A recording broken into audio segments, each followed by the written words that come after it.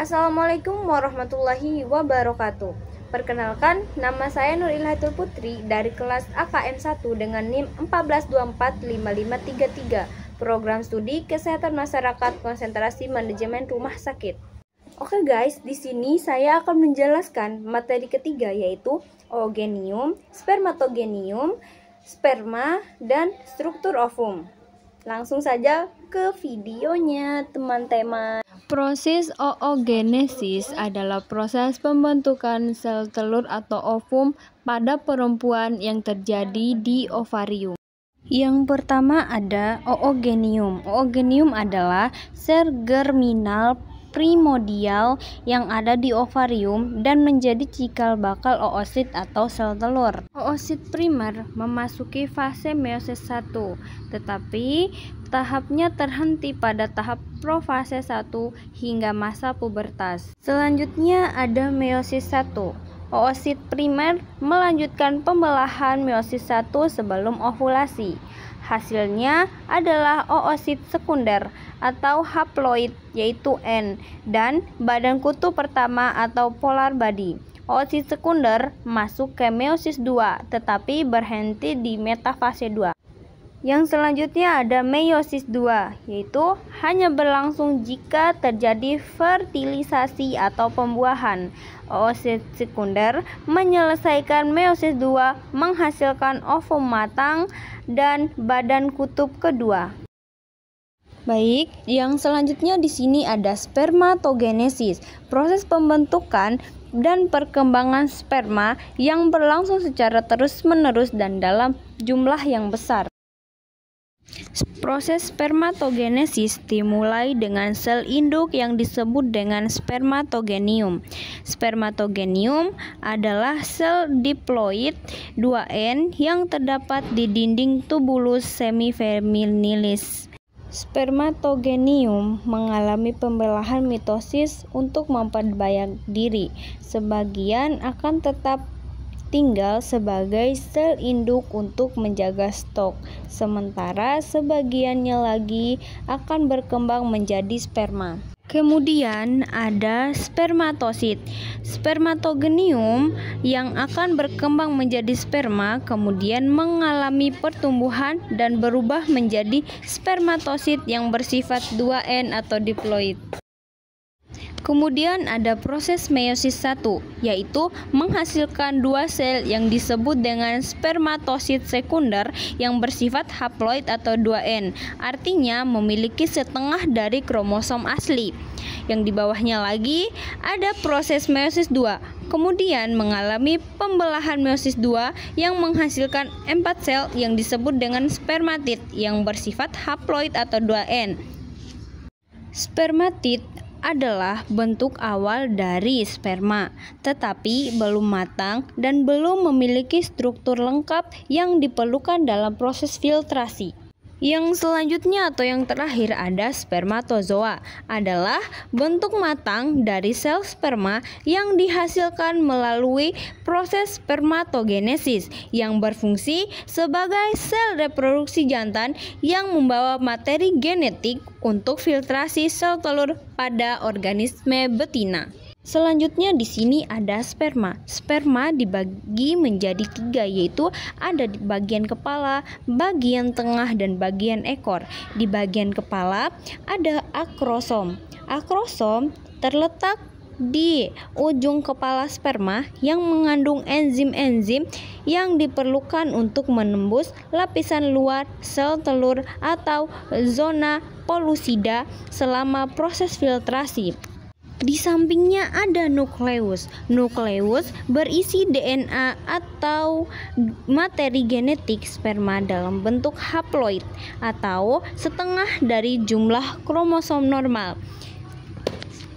Terus ada bagian leher. Leher sebagai penghubung antara kepala dan bagian tengah sperma yang mengandung sentriol yang penting untuk pembentukan sentrosom. Di sampingnya lagi ada mitokondria yang berfungsi sebagai sumber energi bagi sperma.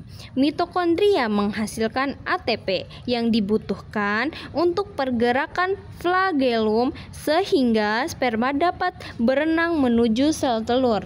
Selanjutnya ada membran plasma, ialah lapisan tipis yang mengelilingi seluruh sel sperma mulai dari kepala hingga ekor yang berfungsi sebagai pelindung struktur sperma, mendukung metabolisme serta pencegahan polisperma. Selanjutnya di sini ada struktur ovum. Yang pertama ada zona pellucida, yaitu lapisan tebal glikoprotein yang mengelilingi membran plasma. Penting untuk peningkatan sperma yang spesifik pada spesies. Yang di bawahnya ada sitoplasma atau ooplasma. Ooplasma mengandung nutrisi, organel, dan berbagai molekul yang diperlukan untuk tahap awal perkembangan. Selanjutnya ada nukleus. Nukleus ovum mengandung setengah dari materi genetik atau haploid yang dibutuhkan untuk membentuk organisme baru. Di bawahnya lagi ada korona radata yang terletak di bawah membran plasma. Vertikel kecil ini melepaskan enzim saat terjadinya filtrasi. Di bawahnya lagi ada bagian follicle cells yang berfungsi untuk menyuplai nutrisi, produksi hormon, pelindung oosit, serta sekresi antrum.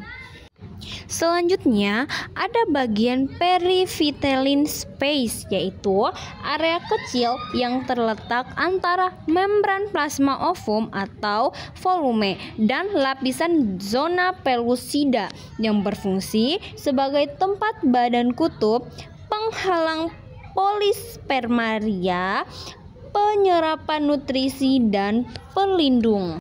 Di bawah perivitelin space ada membran plasma, yaitu membran luar yang mengelilingi ovum, menjaga integrasi sel dan berperan penting saat fertilisasi. Membran ini mengatur zat yang bisa masuk atau keluar dari sel. Di bawahnya lagi ada nukleolus, yaitu struktur padat yang terdapat dalam nukleus sel dan berperan penting dalam sintesis ribosom yang dibutuhkan untuk produksi protein. Nukleolus merupakan kumpulan padat dari RNA ribosom atau RNA, protein, dan DNA khusus yang terdapat di dalam nukleus. Di sini ada proses filtrasi. Filtrasi dimulai pada indung telur, di mana ovum atau sel telur yang matang yang dihasilkan oleh ovarium akan menghasilkan ovulasi, sehingga melepaskan oosit sekunder menuju tuba falopi. Ketika tuba falopi ini bertemu dengan sel sperma, maka akan terjadi pembuahan yang disebut dengan filtrasi dengan tahapan-tahapannya. Mulai dari pembuahan. Pembuahan ini adalah proses pertemuan sel telur dan sperma yang menghasilkan zigot. Terus dilanjutkan dengan hari pertama yang membentuk zigot. Terus pada hari ketiga membelah menjadi 4 sel, dan pada hari keempat membelah menjadi 15 zigot. Dan pada hari kelima sampai ketujuh timbul menjadi biostosis 1, tahapan akhir perkembangan embrio. Selanjutnya pada gambar kedua ada granula kortikal, yaitu organ yang terikat membran dan terletak di korteks oosit yang belum dibuahi. Selanjutnya ada nukleus sperma yang berfungsi untuk membawa materi genetik, DNA, dan protein. Di sampingnya ada badan basal sperma yang berfungsi untuk perkembangan praimplantasi embrio.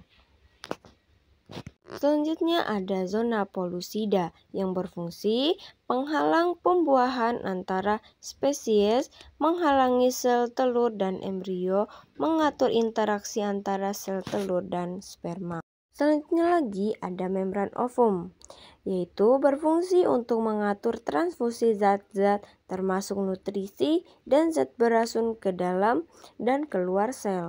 Yang selanjutnya ada enzim dalam kromosom yang berfungsi untuk mencerna zona poluida dan melarutkan dinding sel.